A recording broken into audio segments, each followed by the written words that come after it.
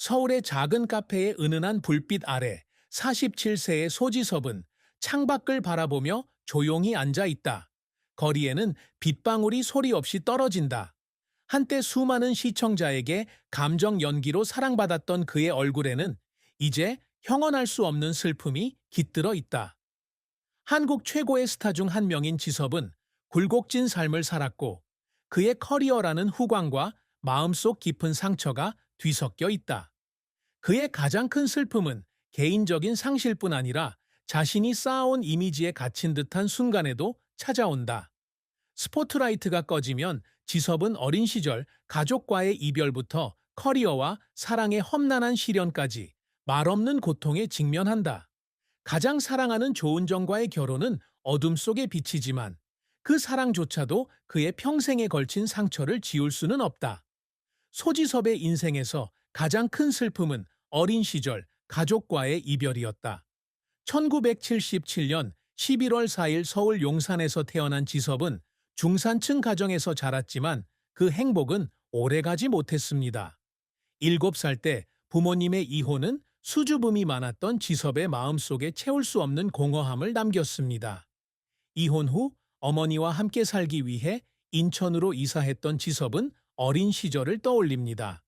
어머니가 늦게까지 일하며 어머니와 두 여동생을 부양하던 작은 아파트에서 보낸 고요한 저녁 시간은 평생 그를 괴롭히는 기억으로 남아 있습니다.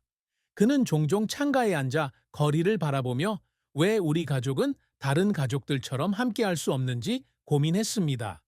나중에 호주로 이주한 여동생이 그에게 유일한 위안이었지만 두 사람 사이의 거리는 점차 멀어졌습니다.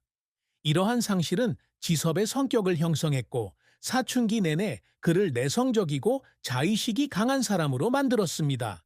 그는 어느 곳에도 속하지 못하는 것 같고 마치 자신의 삶에서 소외된 것처럼 느꼈다고 털어놓기도 했습니다. 아버지와 연락은 주고받았지만 드문 만남은 늘 어색했다. 마치 시간과 상황으로 인해 생긴 간극을 어떻게 메워야 할지 모르는 것 같았다. 지섭이 나이가 들고 잃어버린 것을 되돌릴 수 없다는 것을 깨달으면서 이러한 슬픔은 더욱 깊어졌다. 압구정동 아파트에 혼자 앉아 자신을 키우기 위해 희생했던 어머니와 결코 이해하지 못했던 아버지를 생각하며 눈물을 흘리는 밤도 있었다.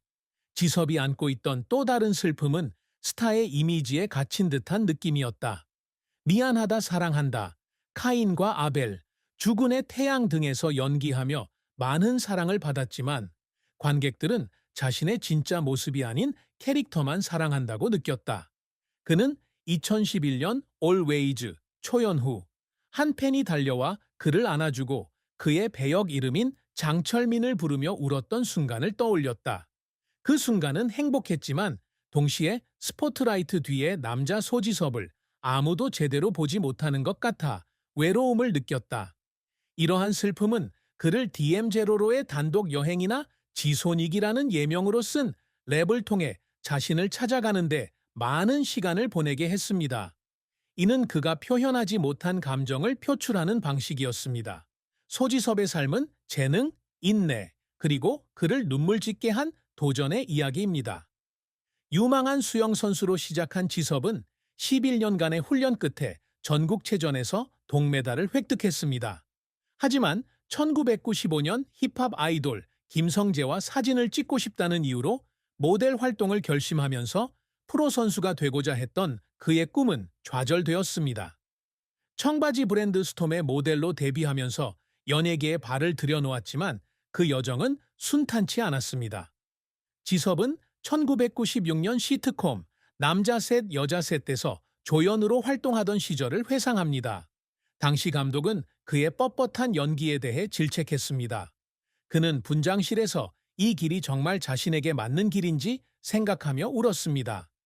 지섭의 성공은 2002년 유리구두에서 조연을 맡으면서 찾아왔는데 이는 그의 이름을 대중에게 더 가깝게 만들어준 전환점이었습니다. 하지만 모든 것을 바꿔놓은 것은 2004년 미안하다, 사랑한다에서 차무혁 역을 맡은 것이었습니다. 버려진 소년과 말기 질환을 앓고 있는 소녀의 비극적인 사랑 이야기를 담은 이 영화는 수백만 명의 시청자를 눈물 흘리게 했고 지섭을 아시아의 톱스타로 만들었습니다. 그는 너무 많은 고통을 겪는 캐릭터를 연기해야 했을 때의 감정적인 장면을 떠올렸습니다. 임수정이 연기한 캐릭터의 병원 침대에서 울어야 했던 장면이 있었는데 그 눈물은 단순한 연기가 아니라 인생에서 잃은 것들을 생각하면서 흘리는 그의 진정한 고통이었습니다. 이 역할로 그는 KBS 연기대상에서 나무주연상을 수상하며 그의 재능을 확인했습니다. 지섭은 2009년 그림의 상 나무주연상을 수상한과 그리고 2013년 큰 성공을 거둔 로맨틱 스릴러 주군의 태양 등의 작품에서 꾸준히 두각을 나타냈습니다. 2008년 영화는 여자다, 2012년, 2018년 지금 만나러 갑니다에서도 영화에 도전했습니다. 하지만 그의 모든 작품이 성공한 것은 아니었습니다.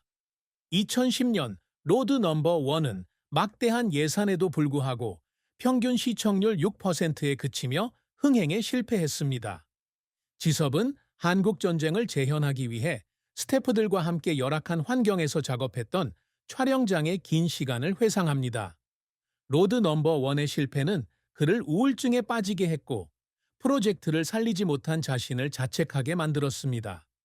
그는 기자회견 후 차 안에서 눈물을 흘리며 자신을 믿어준 사람들을 실망시켰다는 생각에 잠겼습니다. 지섭은 연기 활동 외에도 지소닉이라는 이름으로 래퍼로서 음악에 대한 열정을 펼쳤습니다. 그는 러프컷의 외로운 인생, 카인과 아벨의 미련한 사랑 등의 곡을 썼지만 2011년 싱글 픽업 라인은 기대만큼의 성공을 거두지 못했습니다. 지섭은 픽업 라인 뮤직비디오 촬영, 당시 절친 정준하를 등장시켜 웃음을 선사하려 했던 모습을 떠올렸습니다. 뮤직비디오는 유머러스하다는 호평을 받았지만 저조한 판매량은 마치 자신의 음악에 대한 열정이 인정받지 못한 것처럼 실망감을 안겨주었습니다. 스튜디오에서 그가 눈물을 흘린 것은 실패 때문만이 아니라 예술의 길은 항상 위험으로 가득 차 있다는 것을 깨달았기 때문입니다. 소지섭이 항상 갈망해온 성취는 단순히 명예를 넘어 스포트라이트 너머의 유산을 남기고자 하는 열망이었습니다. 그의 가장 큰 업적 중 하나는 2015년 영화 오 마이 비너스의 비극적인 역할부터 코믹한 역할까지 폭넓은 배역을 소화하며 존경받는 배우로 성장했다는 것입니다. 그는 감독들이 직접 투표하는 권위 있는 상인 2009년 그림의 상 시상식에서 감독들의 투표로 나무주연상을 수상한 것을 자랑스러워했습니다. 지섭은 상을 받은 순간 무대에 서서 오랜 세월의 노력이 마침내 결실을 맺었다고 느꼈던 순간을 회상합니다. 지섭은 2009년 자신이 설립한 회사인 51K 엔터테인먼트의 대표로서도 큰 성공을 거두었습니다. 숫자 51에서 영감을 받은 이 회사 이름은 실패보다 단 1%라도 더 나은 자신의 능력을 믿는다는 그의 철학을 담고 있습니다. 그의 리더십 아래 51K는 수많은 젊은 아티스트들을 매니지먼트하고 필로메나, 커밍홈 등의 영화 프로젝트에 투자했습니다. 그는 젊은 배우와 처음 계약을 맺었을 때 그에게 기회를 준 것에 감사를 표했던 순간을 회상합니다. 그 순간 지섭은 자신이 단순한 배우가 아니라 다음 세대에게 귀감이 되는 존재라는 것을 느꼈습니다. 지섭은 자선 활동으로도 큰 발자취를 남겼습니다. 2020년에는 아내 조은정 씨와 함께 굿네이버스에 5천만 원을 기부하여 소외계층 아동들의 학용품 구입을 지원했습니다. 또한 경찰청 홍보대사로 활동하며 사이버 범죄에 대한 경각심을 높이는 캠페인에도 참여하고 있습니다. 지섭은 시골 학교를 방문했을 때 한 학생이 드라마 내 뒤에 테리우스의 김본 역을 맡은 자신의 그림을 선물로 주었던 것을 떠올립니다. 비록 소박했지만 그 그림은 그가 받은 가장 소중한 선물 중 하나였고 그의 작품이 많은 사람들의 마음을 움직였다는 것을 다시 한번 일깨워 주었습니다. 지섭이 소중히 여기는 또 다른 업적은 두 권의 사진집 출간입니다. 2010년 소지섭의 여정과 2011년 Only You with 소지섭입니다. 이 사진집들은 단순한 사진집이 아니라 비에 대한 사랑, 로미오와 줄리엣에 대한 동경, 그리고 혼자 떠난 강원도 여행까지 삶에 대한 그의 가장 깊은 생각을 공유하는 공간이기도 합니다. 그는 사무실에 앉아 자신의 감정을 가장 솔직한 단어로 표현하려고 애쓰며 긴 밤을 보냈던 기억을 떠올립니다. 소지섭의 여정이 출간 열릴 만에 베스트셀러가 되었을 때 그는 마침내 대중에게 스타가 아닌 한 사람으로 이해받았다는 기쁨의 눈물을 흘렸습니다. 소지섭의 사랑과 결혼은 기쁨과 깊은 슬픔이 뒤섞인 감동적인 여정입니다. 그는 2018년 2월 영화 지금 만나러 갑니다. 홍보를 위해 SBS 접속 연예부에 출연했던 전 아나운서 겸 리포터 조은정을 만났습니다. 지섭은 따뜻한 미소와 지적인 눈빛으로 몇 년 만에 처음으로 은정을 본 순간을 떠올렸다. 첫눈에 반했지만 용기를 내어 연락하기까지 몇 달이 걸렸다고 털어놓았다. 두 사람은 공통의 친구들 모임에서 다시 만난 후 교제를 시작했고 2019년 열애 사실을 공식 인정했다. 지섭과 은정은 2020년 4월 7일 코로나19 팬데믹으로 인해 가족들만 참석한 가운데 조용히 결혼식을 올렸다. 지섭은 혼인신고소에서 은정의 손을 잡았던 순간, 전에 느껴보지 못했던 마음의 평화를 느꼈던 순간을 떠올렸다. 그는 팬들에게 편지를 써 감사를 표하고 남편으로서 더욱 책임감 있는 사람이 되겠다고 다짐했다.